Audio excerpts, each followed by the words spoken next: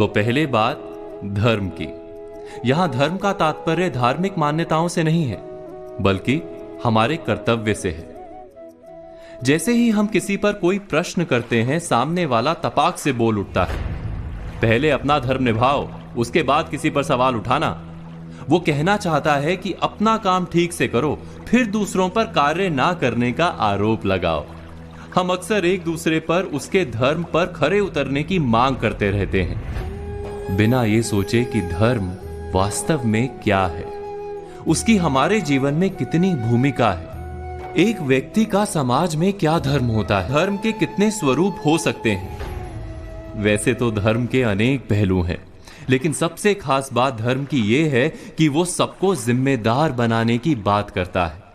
और जो भी इस संसार में है, उसका अपना एक धर्म होता है। उदाहरण के लिए, पेड़ का धर्म है छाया और फल देना, नदी का धर्म है जीवनदायी जल बनकर बहते रहना, बादलों का धर्म है जल बरसाना, और सूर्य का धर्म है प्रकाश देना।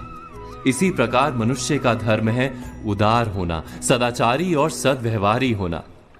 मनुष्य का एकमात्र धर्म है प्राणी मात्र के प्रति उदारता का व्यवहार। इसीलिए भारत में कर्म से अधिक महत्व सदाचार को दिया गया है।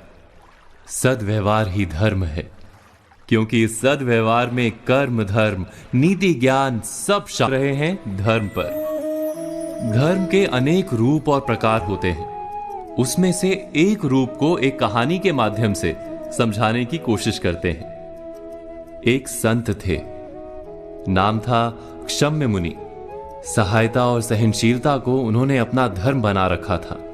एक दिन वो नदी से नहाकर निकले तो एक बिच्छू को पानी में बहते पाया।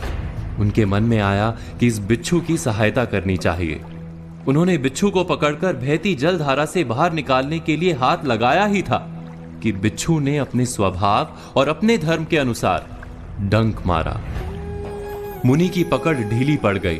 बिच्छू फिर से पानी में बहने लगा। मुनि ने फिर प्रयत्न किया, बिच्छू ने फिर डंक मारा। ऐसा कई बार हुआ। बिच्छू डंक मारता रहा, मुनि उसे उबारने का प्रयत्न धैर्य के साथ करते रहे।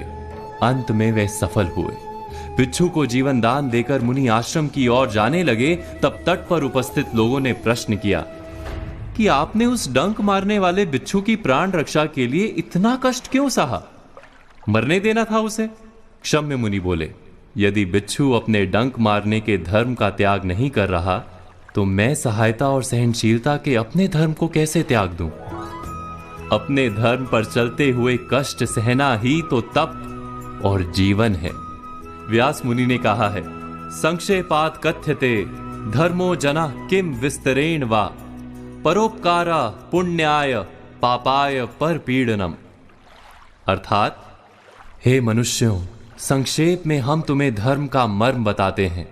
परोपकार करना ही पुण्य कर्म है, धर्म है, और परपीड़ा ही पाप अर्थात अधर्म है।